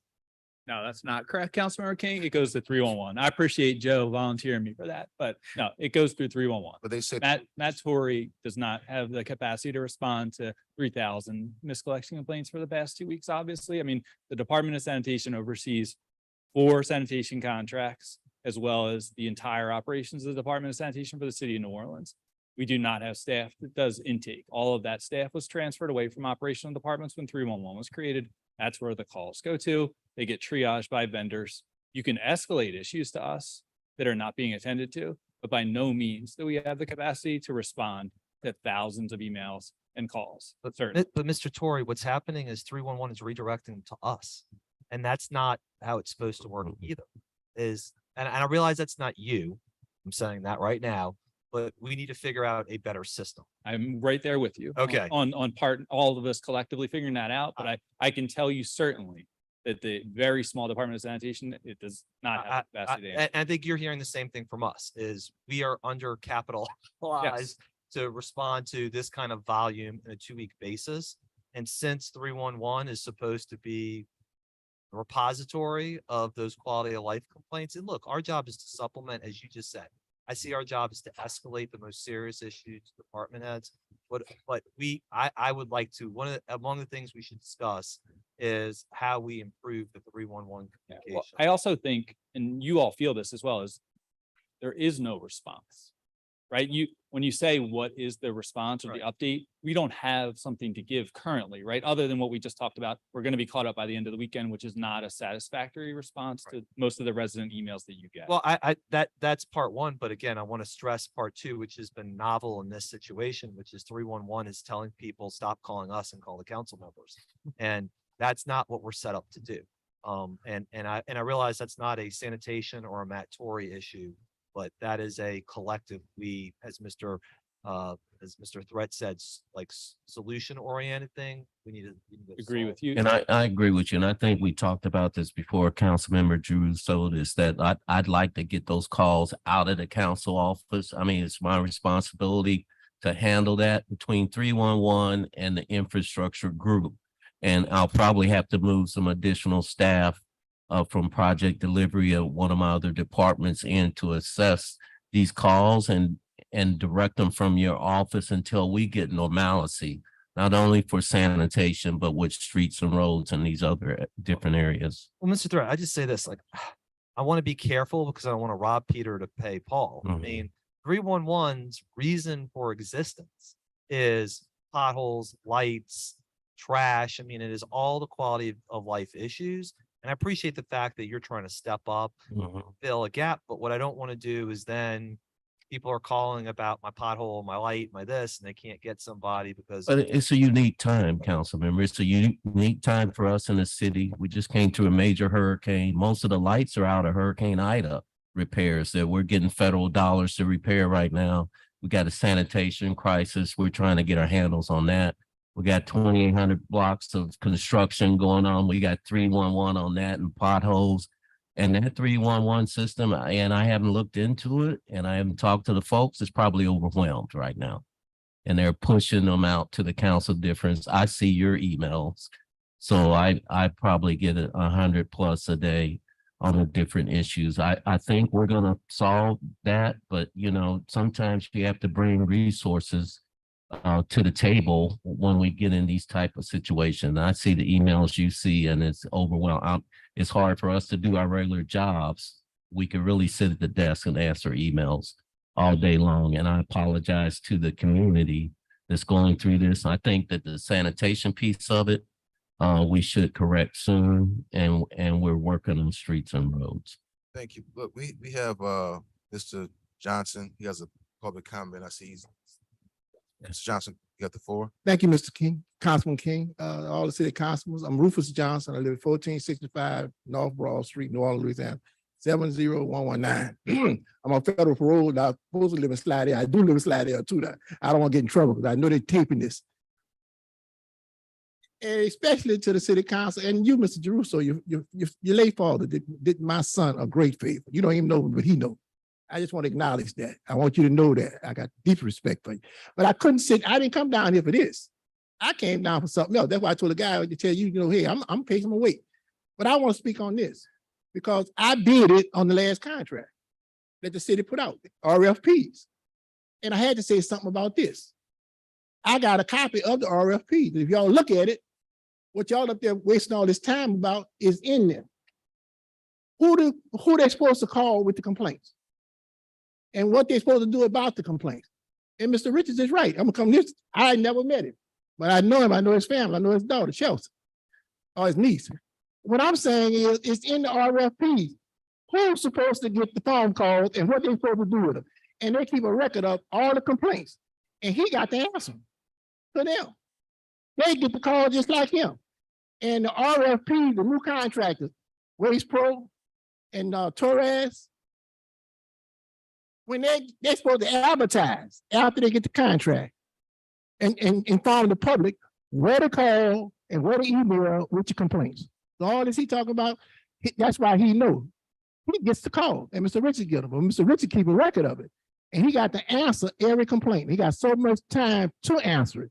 I just wanted to say that. Now to answer all this questions, to resolve all of it, I'm gonna say this, and then y'all say it if you want or not, I don't care. But see this gentleman, he came to y'all with the problem. He went to them with the problem. The problem is just what he said. He getting $13 or $14 a pickup when these other people getting 23. He's on his old contract. They're on the new contract. Give him 23 just like them. And that solved the problem. Y'all have a good day. Thank you. Thank you, Mr. Johnson. Well said. I do believe, and I have a big problem. I have a big problem with it's not been a fair playing field. And I know it's under one administration, but it's same administration, correct? Yeah. Same administration. So I don't know why it was like that. If you all have an insight, Mr. Torrey, Mr. Brett, if anyone knows why it went from a low bid to a RFP, does anyone knows the answer to that? Yeah, I can't tell you. Or is gonna I can talk, Joe. So, you know, obviously coming out of the previous contracts, moving into the new contracts, we were trying to cure or change the overall performance level. And we knew that moving from an ITB, which is low cost bid, to an RFP, which is a scoring model with a selection committee, we would be able to pick the best provider, not the lowest cost provider going forward. So it was a, you know, strategic decision by this mayor to say that I want the best service for the residents. I do not want the cheapest service. I want Okay. the best service. So I believe it was answered. There is a plan to increase Mr. Richards' pay, or is that not a plan, Mr. Threat? Mr. Threat? Wait, can I just say something before you answer, Joe, which is just this, like, I'm with you, Councilmember King, like, there needs to be a competitive playing field. And I'm concerned about paying outside vendors a lot more money if making RDI whole is really the solution to our problems. So I just want to say that out loud because I think your point is very well taken. I think we've all said it's unfair, unlevel playing field, whatever you want to put it. But also, like, it doesn't make sense to me to indefinitely continue to pay somebody else if we know one outfit is getting $28 and somebody else is getting 14. I want to say that out loud. Thank you, Councilmember. Jordan. Yeah, I think that we're aware of that. And that's the conversations we had last night.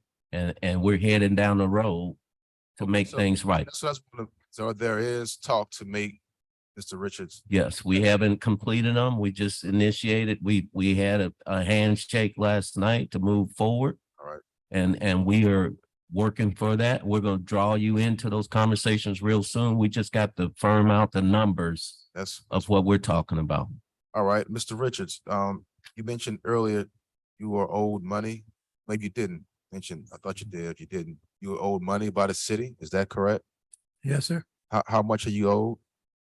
I think it's around 5 million. Is in rebuttal, Mr. Davo? Well, I think that, that's all tied into the discussions that we're talking about, and without getting into the specifics, the resolution that we're working on would address Got it. anything owed under the contract and presumably provide sufficient resources to fund the higher labor costs going forward so that we can stabilize operations and the citizens can get back to the same level of high service that they've enjoyed since 2007. So I would beg your indulgence to say, let us finish that, and you guys can work out how you're involved in the process. And I think at the conclusion, it'll be more appropriate to say, this is how it was done. And there's some reasons that it has to be done a particular way because there are constraints under the public bid law, and Mr. Richards' contract was procured as a public bid.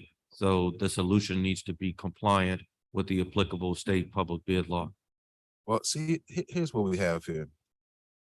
I said it earlier, service area 2, but it's service area 1. So I want Correct. to make that clear. We're the council members that get the calls, complaints about service area 1.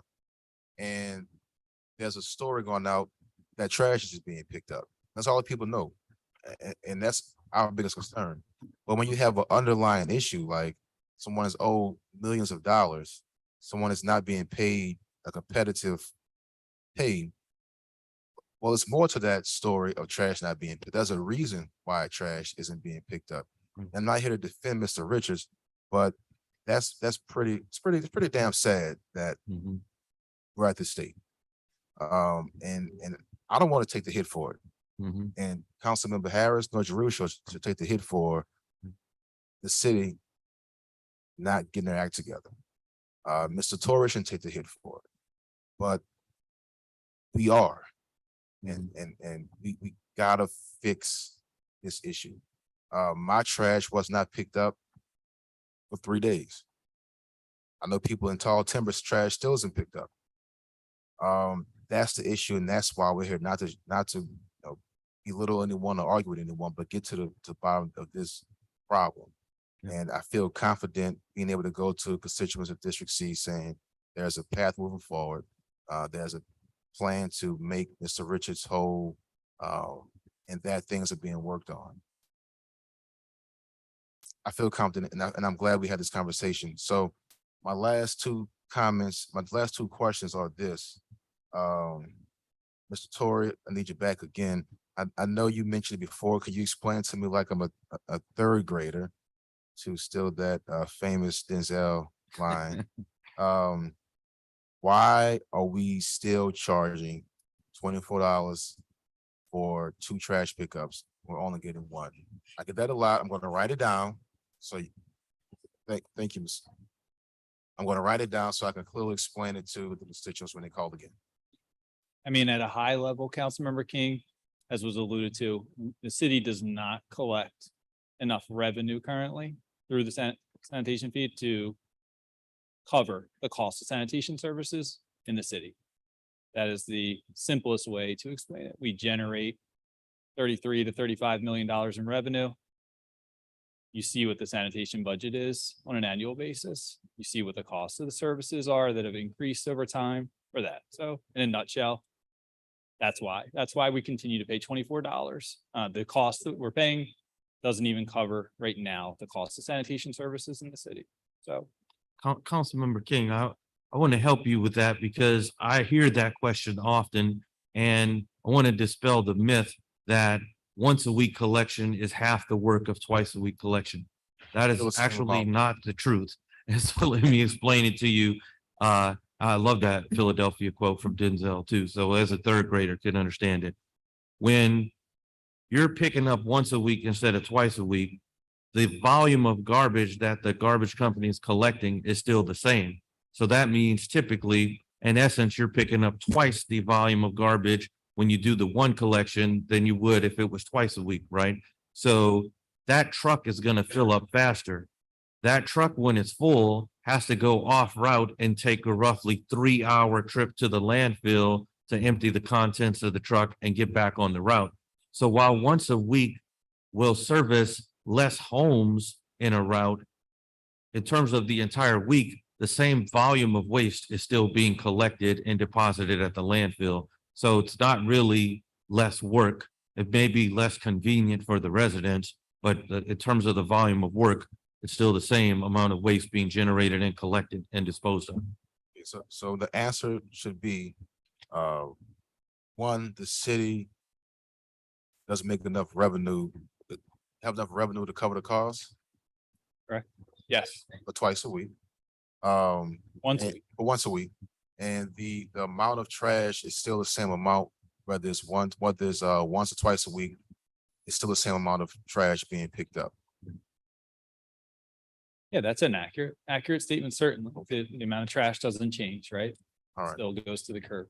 Okay, and the next question is, why aren't we going to twice a day pickups? Twice a week, not twice a day, twice a week. pickups. Well, one, you have a couple factors, right? Cost is certainly a factor to go to once a week or twice a week pickup. So we looked at once a week or twice a week collection, the new RFP that we just did, and we saw what the incremental cost would be for that. And we weighed that against the service quality. We see that in surrounding parishes now that are coming up for new contracts and going out. We just saw in Baton Rouge. Everyone here likes to point to our new contract cost of $21 and $26. In Baton Rouge, they just had new contracts come in $28.50 a once a week, $35, $38 a unit twice a week. I mean, the city can do whatever it likes to when it comes to collection frequency, but you have to pay for that somehow. And that is a significant cost increase to go from once a week to twice a week. I think we see in service, the new service area 2 and 3 contracts with Ivy Waste and Waste Pro, the once a week works. I mean, we're not seeing collection issues on once a week there.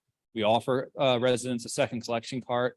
Recycling happens on its collection day, which provides an additional 65 gallons of capacity there. So I think it's just making the collection model work, having the resources dedicated to it to make it work. Once a week can work. And I think you see a lot of other parishes now facing the same question we did. We just were ahead of the curve when it came up for contract renewals in that space. Well, thank you. I appreciate you explaining that. I may actually again next week when I forget, but we get those two questions off. And my last comment, my last question, nothing we're doing with this, but apartment complexes, what is the amount of houses they can have before they're required to get a dumpster? So the city services locations 4 units or less under one roof. There is no prescribed ordinance that says when you have to have a dumpster versus carts. You could have an apartment complex and you could have 20 carts, or you could have a dumpster. That's completely up to the apartment complex about which service model they have, right? It just has to conform with their needs and be in compliance with city code. But as far as city servicing versus private service, it's 4 units or less under one roof is what the ordinance reads as. All right. Well, before we wrap up, we have a comment from Councilmember Green. I'll wait to public comment. Okay. Might ask one. Yes, yeah. Sorry, I keep on weighing in. There's one other point I'd like to make too is, Mr. Davalier, I know you're intimately familiar with this. Like the result of what happened last time too, is Metro had to enter bankruptcy. And I think what part of why I'm so frustrated today is I don't want to see more companies entering bankruptcy because of what we see as being foreseeable set of events. Well, we're on the same page there, Council. All right, I knew we would be. So I just felt like I need to say it out loud because, you know, we want everybody, residents need their trash delivered. We want vendors to do well, and make money. We want the city to be successful. And that doesn't happen if businesses are failing. Agreed. Thank you. Thank you all. Yeah, and I think Councilmember Jeruso and if you could, Council, you remember in my email I sent to him, that was my point to him, is that I wanted them to finish the term of the contract. Whatever we could do to work together to get to that point, that's what I would like to see. Ms. Morgan Clevenger, followed by Mr. Rufus Johnson, and then you want to go to that, Councilman? Unless there's something online, but I want to hear. Okay. Well, this is interesting. We went through an exhaustive year, 2 years with Metro and Section 2. And what we've learned through all of this is that the citizens are absolutely not happy with once a week collection where we're paying for 2. And that those questions that you guys have raised are absolutely what we're living with. And do not believe for a second that our residents are not managing their own garbage. That's what it's come down to. How much do we put in the can? How much do we keep in another can in the yard or in the alley? How much do we not throw away because we don't want to have this stuff sit out all week? Some people care, some people don't. And what we see is garbage cans the day after collection lined up on every block face, overflowing by the time that once a week comes back again.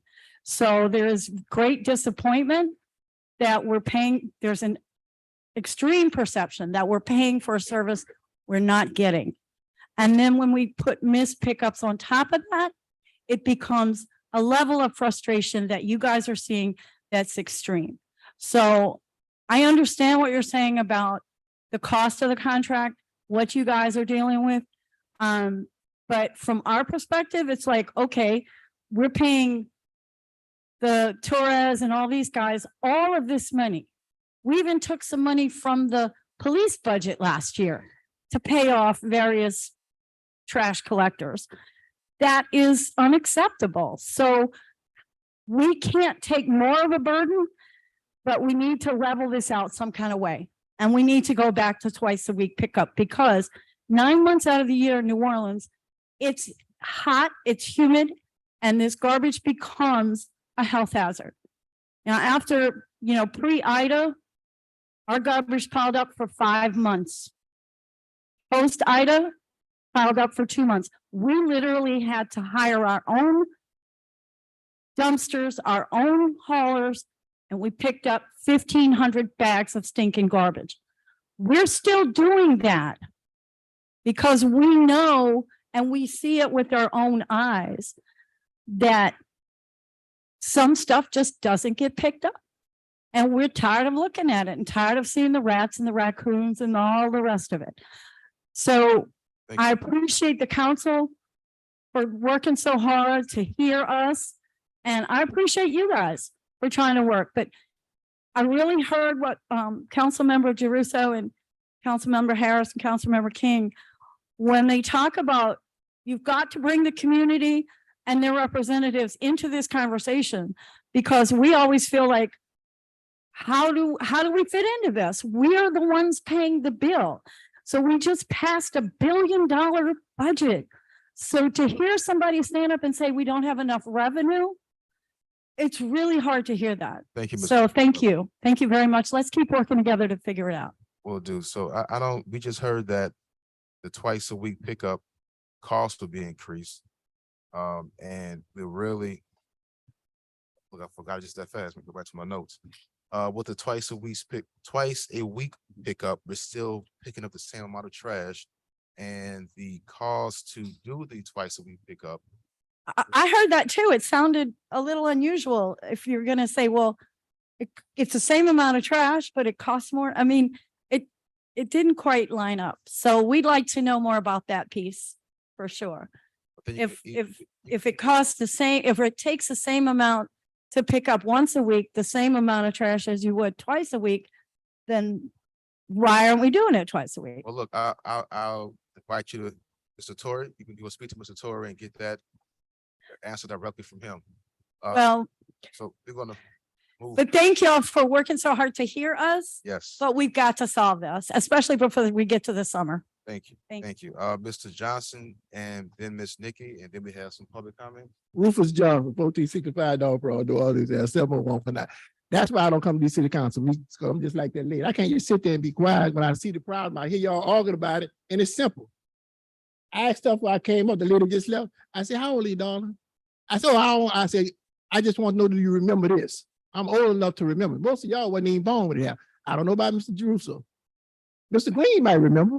I know you remember. I know Mr. Richards remember. You think we are? There was a time when we didn't pay nothing for our garbage to be picked up. It was in the city budget. And I know it because these are people that my age, they remember it. I was in Mobile for a campaign for the city council, for the mayor. And the man, when I walked in, the mayor that was there, they lost. They, hey, you see him? I'm gonna tell y'all a joke about New Orleans. He said, you see, we don't pay for our garbage in Mobile. They don't pay over there now for it. He said, they pay. Now, let me say this. I'm gonna get out of here. That's why I say I don't come to city council meeting. And y'all getting out of here in a minute. Have y'all finished finalizing the crime solutions? If you say, yeah, I'm out of here when I finish. Now, what I'm saying is, with the 2 times a week, same garbage. Well, it should be picked up twice a week. When they pick up in the apartment complex, that's private. It's dumpsters. He can go and he ain't saying nothing. It's private. And the gentleman said it. Well, we catch it though. It's a dumpster. They got to have dumpsters. The garbage people don't go in there. Now, something else to do that we pay for, the businesses. If you got a business and you got garbage cans, you pay $38, you pay double. Only because you're a business. Same garbage we pay, residential pay. And the collections, you're right, they don't collect the money. So your water bill, you put it on your water bill. But because I got access to some business and some residents, I had a bad money coming here. But the business was in the front. I had living quarters in the back. For the front, I paid $38. For the back, $23. That's why I know what I'm talking about. Oh, just want to tell y'all. So what I'm saying, when they didn't pick it up, whatever y'all getting now, just think about this. You restructure your budget. At one time, the citizens in the world didn't pay nothing. But we got an increase. Evidently, you're not managing the money right. And that's their problem. And that's the problem. Thank you. They need to remanage their budget. Thank you, Mr. Johnson. Thank you, Mr. Johnson. Mr. Nikki, then the online comments, and then Councilmember Green. Yes.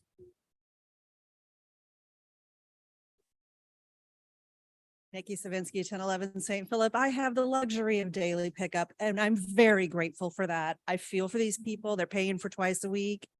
They should get twice a week because the rats come everywhere. Like really big rats that snap traps don't kill. It's gross. We have that in the quarter, even though, we're across from Treme, we're across from places that have less frequent pickup. But this short-term pay parity really makes sense. But long-term, have we as a city looked into a better public education campaign so that people aren't destroying our recycling by, which is, 10% of New Orleans recycling gets recycled because people put the wrong stuff in. And you can't tell someone 5 doesn't go in there. They don't listen. So a better public education campaign on what is actually recyclable. And could we get a compost program going on? And can you partner with someone like Glass Half Full for glass recycling. Especially in the quarter where we are so dense and there is a lot of glass coming out of those liquors establishments. Can we start looking at glass recycling? Thanks. Thank you. Thank you, Councilmember Green. Online. Oh, I'm sorry, online, then Councilmember Green. We have just have 4 comments. Okay. First is from Rachel McCarthy. Says, please specify what plans will be put in place to, 1, refund or lack of trash and recycling on Sewage and Water Board New Orleans bills, and 2, prevention of this issue for 2023 going forward. The city needs to hold these vendors accountable to or remove them. Personally, I'm paying nearly $10,000 a year in property taxes and $100 plus a month in Sewage and Water Board bills. As a single person, this seems exorbitant and is unsustainable long-term. Tara Smith comments, we had no trash pickup from December 26th to January 9th. I had to call my councilman, Freddie King, to get the trash picked up on January 10th. Please fix this problem as soon as possible. Brad Ott says, thank you for holding this hearing. Please elicit from Richard's Disposal just why they have continuously avoided picking up recycling carts and bins within the South Lawn subdivision of Algiers, for example, 1,1200 blocks of Merrill Street and South Lawn Boulevard. Regular sanitation pickups occur each week with great efficiency, yet recycling is neglected for literally months. I have filed repeated 311 complaints regarding this issue. Neglected residents should not have to go across the river to recycle at Elysian Fields, Florida recycle days, when other neighborhoods nearby are otherwise regularly serviced. And Shireen Rose comments, it is very unfair to the citizens of Orleans Parish to have to continue to pay for trash service pickup for twice a week when many of us are not receiving the once a week pickup service. I personally have to call Richard's Disposal to make sure my trash is picked up at least once a week, and they still don't come until the next week. How come no one sees an issue with this and nothing is being done on behalf of the paying citizens?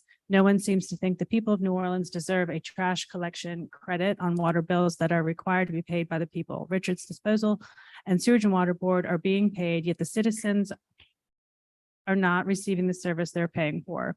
This is the really bad business for the city of New Orleans. I await the day protest begins. The people are fed up. And that's it for the online comments. Chair King, at this time, I would just like to start off with, I would appreciate seeing the Department of Sanitation here, Mr. Torrey. And I do want to thank you all for the recent successes that we've had in District D with regards to cleaning up things that we shouldn't have to clean up because of illegal dumping, but you don't want to get me on that soapbox. We're going to change that this year. I also want to congratulate and commend Mr. Alvin Richards of Richards Disposal for your many decades of work. You're employing a significant number of people in our city, including at one time, even though things have changed a little bit, people that other people didn't want to employ. I appreciate that you were out there in New Orleans East in the New Orleans Regional Business Park in an area that has never been well maintained by the city, sometimes cleaning up streets yourself and doing those things that have to be done to keep our public thoroughfares clean. But again, it is great to see sanitation and you at the table, which is going to be the crux of my brief comments. But I do want to say this, Mr. Richards, I want you to assist us in this regard. When there are complaints that are filed that you think may not be the true complaint, I want you to keep a record of it. You know what I mean? We have a small district, and many times prior to now, and things have changed a bit, we would get a call that the trash wasn't picked up, but every other can on the street was picked up. I want you to make a note if you see that, just for the record. I'm just asking you to do that for the record so that we can bring it up. But one of the things is that our council members get those calls all the time. We've gotten a lot fewer calls since there was a change in Area 2, but we get all the calls relative to the pickup of trash. Sometimes I have an opportunity, garbage. I have an opportunity to go out to the site and I see, which is why I then call my office and say, well, I'm looking at every other trash can on the street picked up. Someone's failure to put their can out in a timely manner does not mean it's the fault of someone else. But I do recognize that the citizens deserve those who are doing the right thing deserve to have their trash picked up.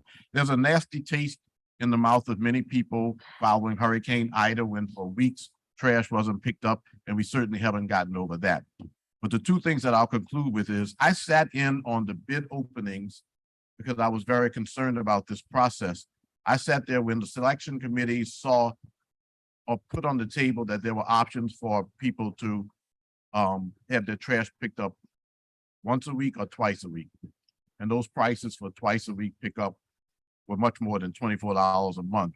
And that's one of the concerns that we have. And the public should know that unless there was some other means found, everybody's bid was much higher than $24 a month for twice weekly pickup. So it's possible that we could do twice weekly pickup.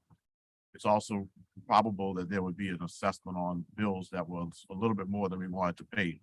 A long time ago, our city did have a situation where we didn't have bills on sewage and water board, just because we collected the trash ourselves. But over the years, our citizens said that the city wasn't doing a good job, as good a job as the private sector could do.